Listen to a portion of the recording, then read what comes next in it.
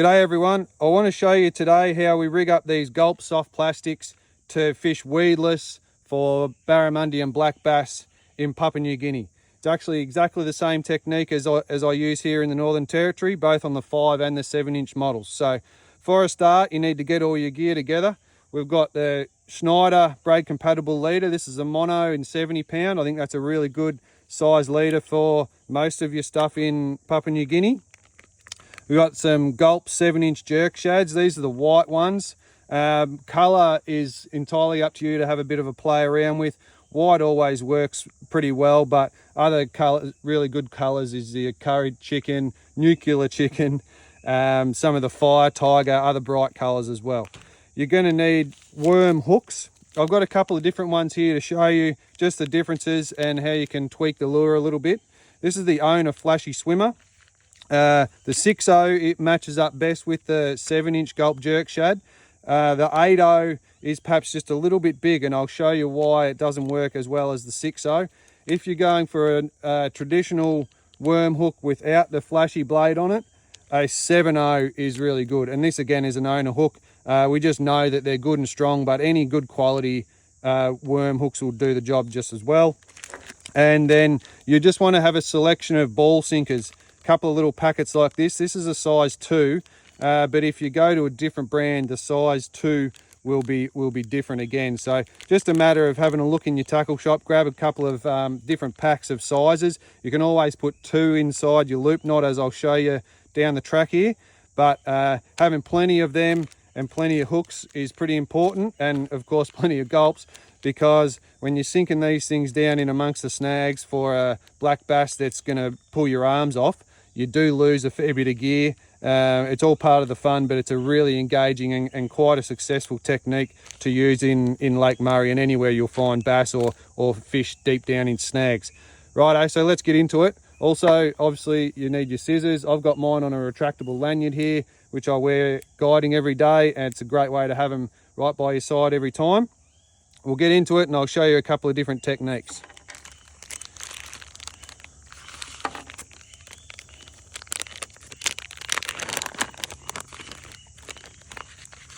These Gulps, of course, come in a resealable bag with a Ziploc. It's also a good idea to put them inside a waterproof container, because this stuff can leak out into your other tackle and become sort of quite smelly in the end. All right, so we've got our 7.0, and we'll get a ball sinker. Also good to put these in a little container so you don't lose them. So first step is to get our hook tied on, and we just do that with a normal loop knot.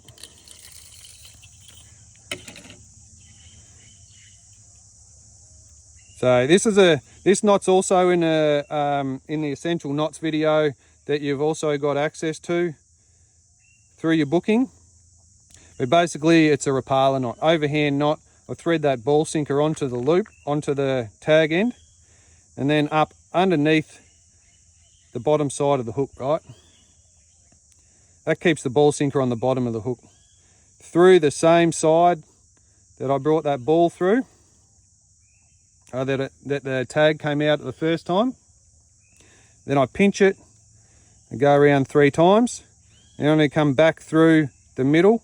Doesn't matter whether you go through the opposite side or through the same side, whichever sits comfortable. And then you need to pull them up against themselves. I use my teeth to hold onto that while I snug that in. All right, really important with this heavier leader to make sure you pull it really tight and make sure that knot is really snug down, otherwise it's going to come undone on you. All right, so now we've got our Gulp, and this is how I guess the standard way of rigging these plastics would be, is to get your hook somewhere lined up like that, you know, with the belly shape of the lure pointing downwards. The hook point will then ride along the back of the plastic, which does work okay, but it's nowhere near as weedless as what I'm about to show you, and the fish don't seem to mind either. So I'm going to flip that over. You can see that inside there's a big split between those 2 belly flaps. what I want, and this is how you want to measure your hooks up, is for that hook point to sit down inside that belly flap there like that. And if you go, say, to an 8/0 on your worm or your flashy swimmer, it's going to sit back a bit further and can protrude a bit. Or if you go for that smaller size, say a 6/0 in your worm, it's going to sit out the front and become a bit more snaggy as well. So what you need to do is just eyeball that and make sure it's all right where you want it.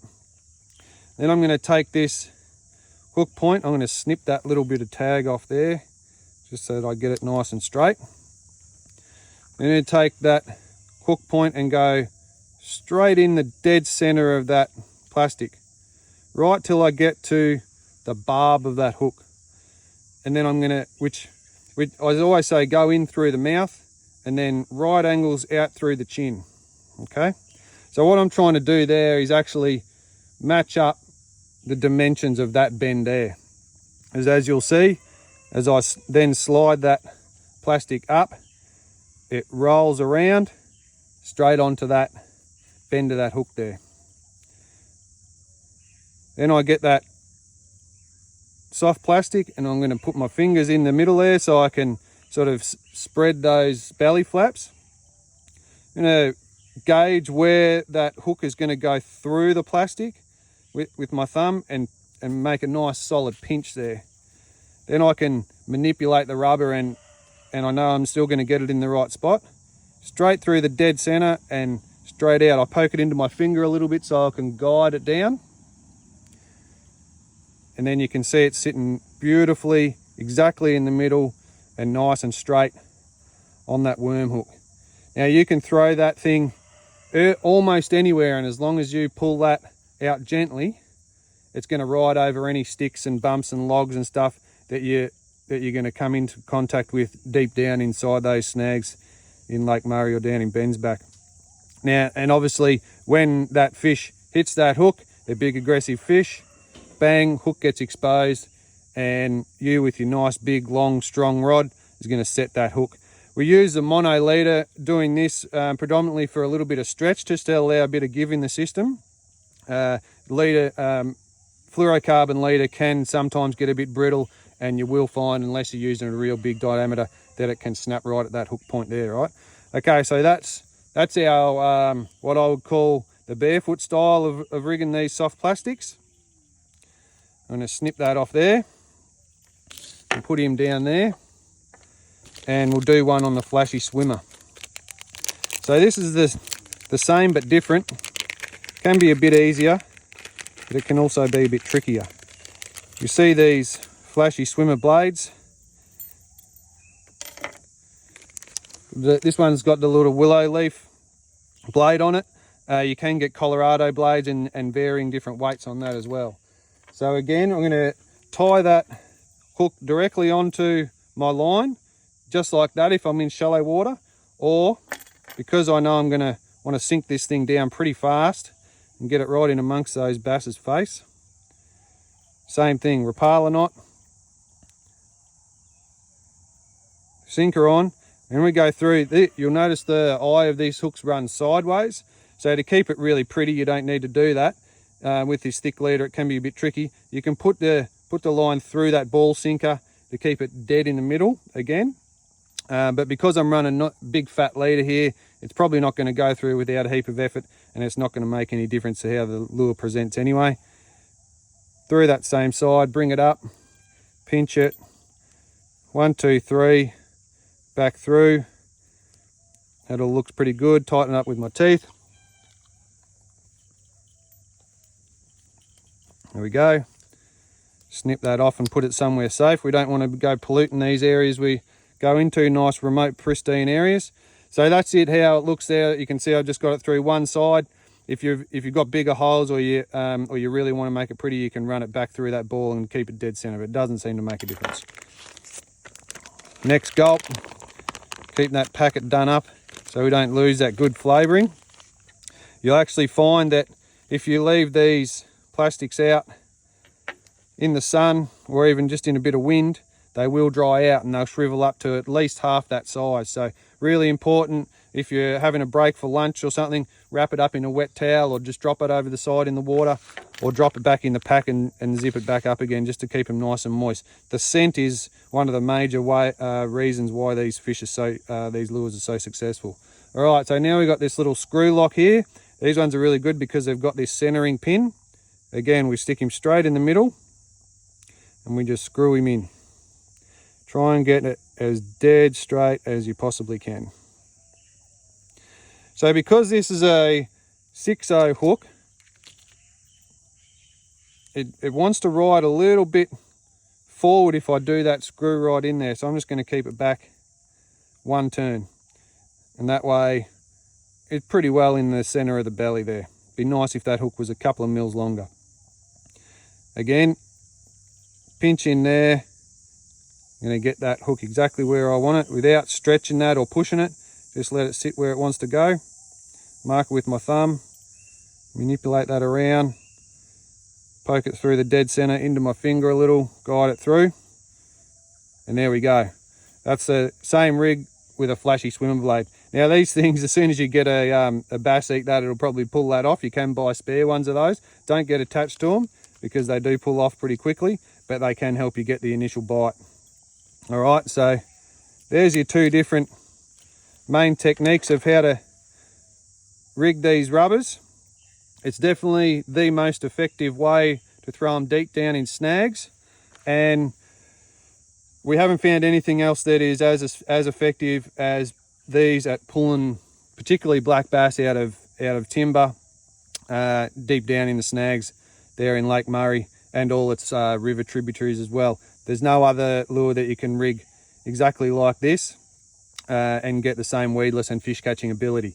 Some of our the bigger Z-mans have got the split in the belly. You can rig them the same as this, upside down, exactly the same way, in through the mouth, out through the chin, and that'll put the paddle tail upside down. Doesn't matter, the fish still don't mind, but they don't seem to get as many bites as these. And these things, because they are just that little bit stiffer, are a bit more weedless as well. Okay, so if you have any further questions, just get onto us through fishing@anglingadventures.com.au. hit us up through the Facebook or Instagram page, or everyone's got my phone number as well.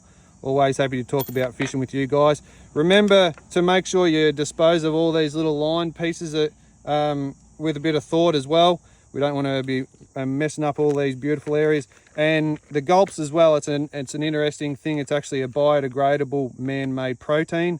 So you wouldn't be throwing the whole packet overboard, but if a fish takes one of these, you don't have to feel so bad about polluting the area as well, because it is going to biodegrade. There we go, guys. Good luck with it. Hope you catch a few. I'd love to see the photos.